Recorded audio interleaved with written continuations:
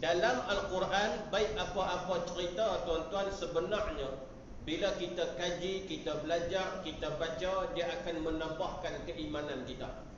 Dia rasa kuat, dia rasa macam macam tu Allah nak habaq main tu. Oh, dia main lagu tu. Tapi disebabkan kita jarang duk belik, jarang duk baca, jarang duk faham, maka kita rasa benda tu biasa.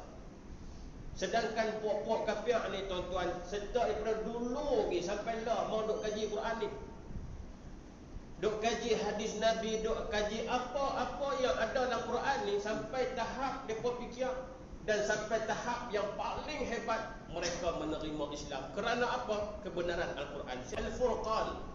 Ayat saya tak ingat berapa, tuan-tuan balik buka tafsir. Allah cerita yang kata laut dan juga ayat tawak ni, kita buh yang sungai.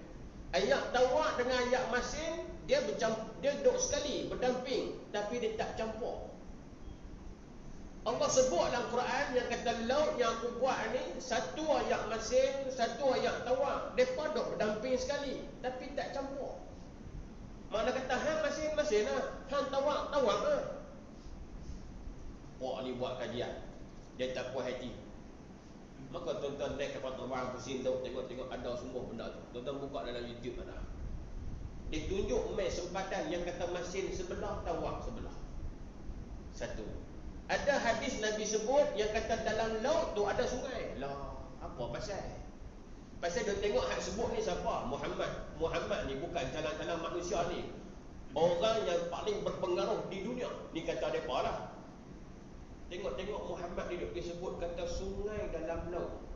Padahal zaman tempat dia tu bukan nanti sungai. Laut celah mana pun kita tak tahu. Pasal padang pasir. Tapi Muhammad disebut. Muhammad ni bukan calon-calon orang, tapi dia disebut benda tu. Pak ni tuan-tuan, bodoh galah gas turun. Faham tak gas? Turun jumpa sungguh. Dah laut, dalam tu ada sungai. Duk mengalir elok je.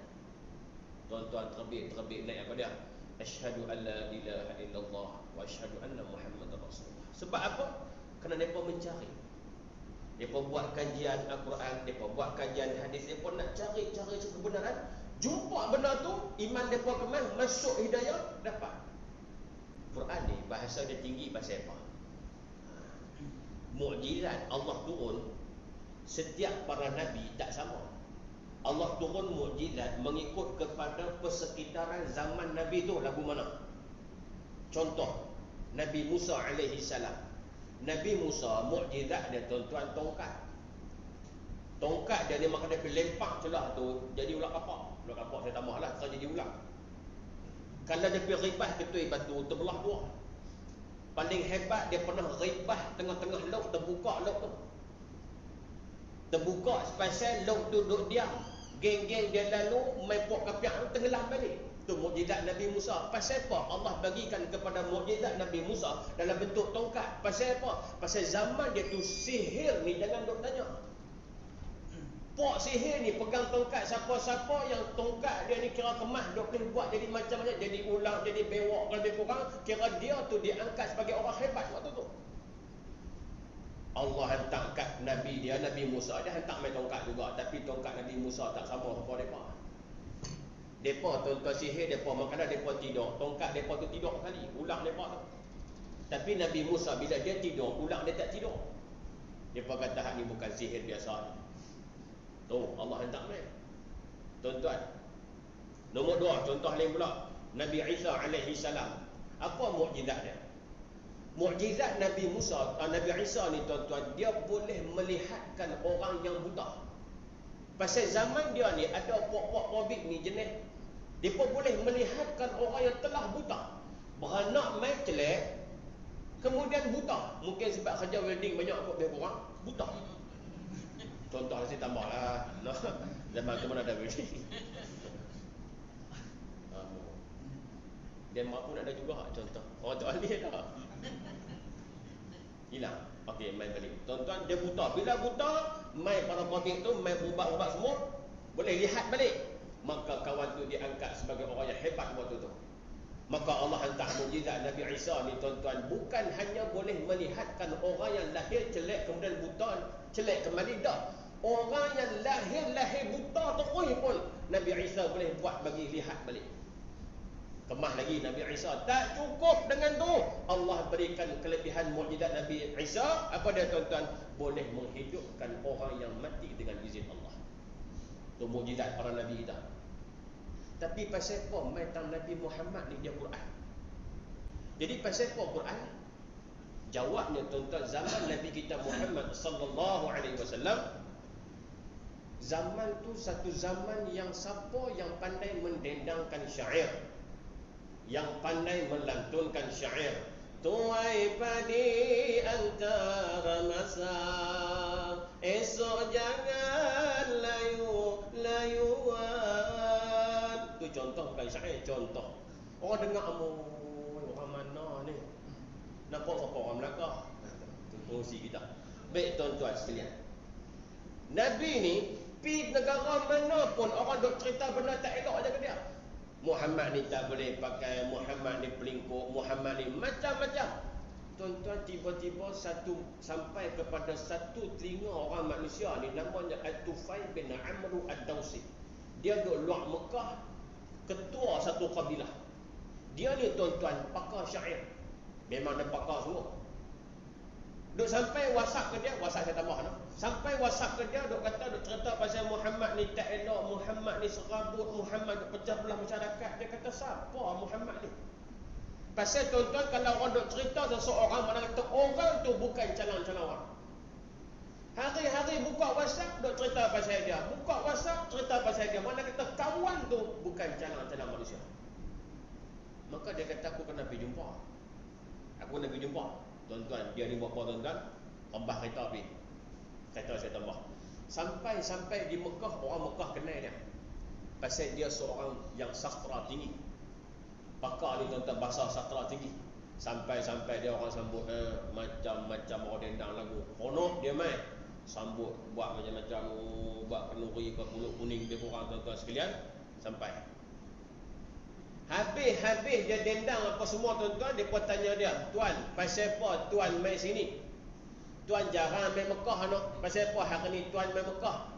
Dia kata sajalah aku main Mekah. Dia tak sebut lagi matlamat dia nak buat apa. Dia kata sajalah aku main Mekah. Tapi di Mekah ni no, tu dia. Tapi di Mekah ni no, aku duk dengar satu orang manusia namanya Muhammad, orang duk sebut tak elok je kat dia. Pasal apa? Tuan-tuan, maka pokok Mekah ni kan dengar kata Tufail sebut lagu tu, pok dia duk boh lagi. Dia kata, tuan, jangan duk serabut dia tu. Dia kalau main surau, kami tengah bayang, kami belah tu je. Dia tambahlah tu. Kami duk tengah baca Yasin ni, baru Yasin nampak dia, kami tutup belah tu. Kami meluak semua. Contoh, pasal dia tu main tuan, dia pecah belah masyarakatnya. Cukup serabut. Contohlah. Tuan-tuan, baru dia sebut matlamat dia. Boleh tak saya nak jumpa Muhammad? Tu matlamat dia. Bila sebut lagu tu, dia pun kata apa, dandan ni, darah ni rasa geram ni. Dia kata, tuan jangan. Pasal kata-kata dia manis. Kalau tuan jumpa dia, tuan akan termakan dengan kata-kata dia. Dia pun takut. Pasal Nabi kita punya bahasa tinggi. Bagi nak meraih, nak jagakan hati Pok Mekah ni tuan-tuan, dia kata apa, tak apalah saya tutup tiga dengan kapal. Cuma saya nak tengok je Muhammad ni lagu mana.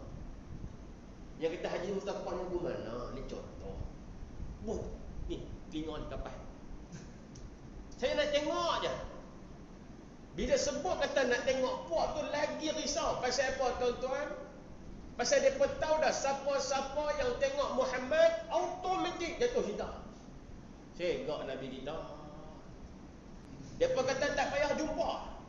Pasal kalau tuan tengok dia habis, tempat-tempat tahu tuan-tuan. Sayyidina Ali sebut Nabi kita ni. Sayyidina Ali kata siapa-siapa yang mula-mula tengok Muhammad, dia akan rasa gerun.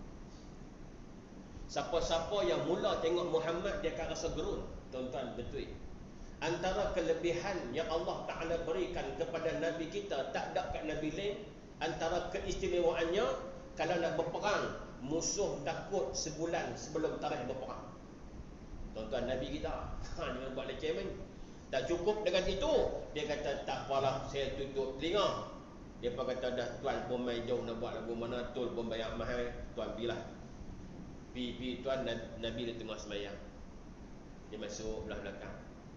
Dia dengar Nabi baca Bismillahirrahmanirrahim, Qul huwallahu ahad, Allahus samad, lam yalid wa lam yulad wa lam yakul lahu kufuwan ahad. Duk baca. Baca pula Qul a'udzu falaq, contoh Qul a'udzu binnas. Semua tuan buka balik Quran, tengok susunan belakang ya Allah itu. Ini cara kita orang kampung tengoklah. Cantik ya. Dalam dia duduk tutup telinga tu pada pandang dengan tangan, dia duduk dengar juga ayat Allah ni. Dia kata had ni bukan syair orang biasa. Dia kata syair lah. Maka tuan-tuan selesai Nabi sembahyang, beralih-beralih muka tengok Allah. Segak Nabi kita.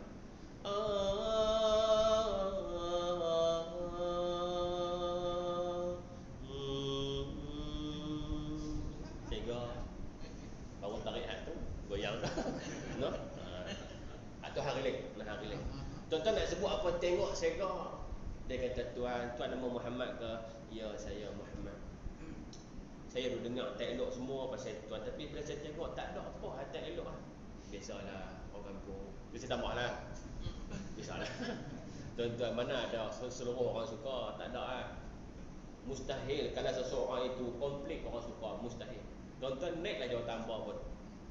Tak apa orang nak jawatan lagi orang tak suka. Hak duduk saja orang tak suka. Duduk saja. Duduk di rumah pada balok kot daun kan dah kerja apa. Tu pun orang tak suka. Jadi datang tak TV surau pun kena.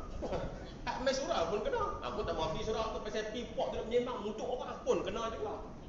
Tak mau pegang jawatan. Habis. Nah, tengok-tengok hai cikgu tukar pakai kereta baru ni. Velfire baru ni. Di surau apa? Contoh pun tak kena juga. Contoh, tuan-tuan nak tak kena apa? Nabi kata biasalah tu kehidupan.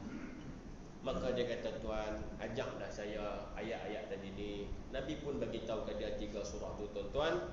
Maka saat itulah Islamnya At-Tufail bin Amr Ad-Dawsi. Islam terus. Kenapa tuan-tuan? Al-Quran